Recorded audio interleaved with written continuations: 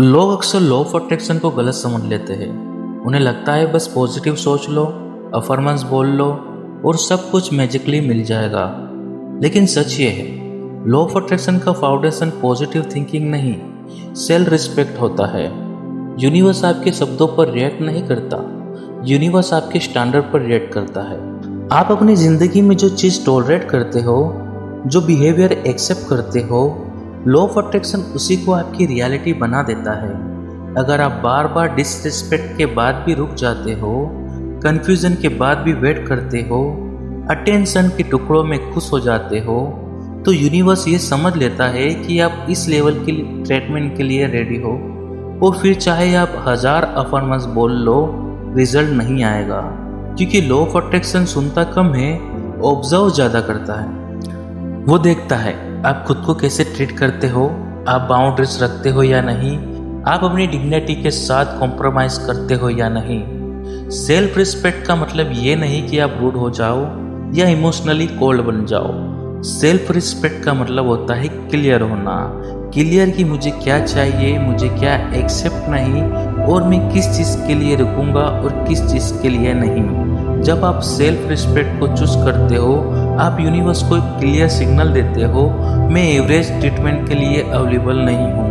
और जब signal clear होता है, रिस्पॉन्स भी क्लियर होता है। इस स्टेज पर दो चीज़ें होती है, या तो लोग आपको सीरियसली लेना शुरू कर देते हैं, आपकी वैल्यू समझने लगते हैं, आपके साथ इफेक्ट कर दिखाते हैं, या फिर जो लोग सिर्फ कॉन्वेंस के लिए थे, जो आपको कंफ्यूज रखते थे, वो धीरे धीरे आपकी लाइफ से हट जाते। और दोनों ही केस में आपका फायदा होता है।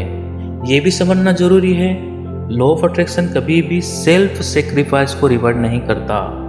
यूनिवर्स ये नहीं कहता कि तुम और झेलो फिर रिवॉर्ड मिलेगा।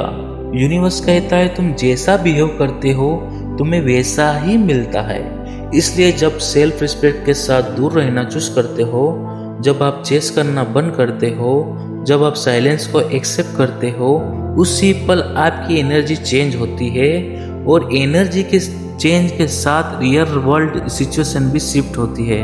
लोग अक्सर पूछते हैं सेल्फ रिस्पेक्ट रखने से लोग दूर नहीं हो जाते। सच ये है, जो लोग सेल्फ रिस्पेक्ट से दूर हो जाते हैं, उन्हें रहना भी नहीं चाहिए था।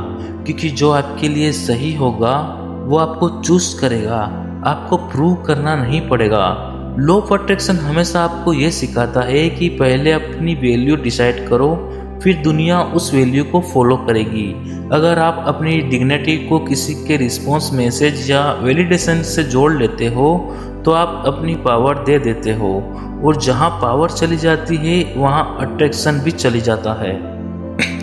इसलिए याद रखो, सेल्फ रिस्पेक्ट कोई ऑप्शन नहीं, ये लॉ ऑफ अट्रैक्शन का रूल है। आप जो फॉलो करते हो वही आप अट्रैक्ट करते हो।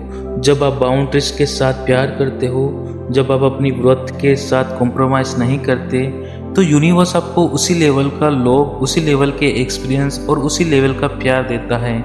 इसलिए अफर्मेंस से पहले, विजुअलाइजेशन से पहले, विश से पहले सेल्फ रिस्पेक्ट चूज करो।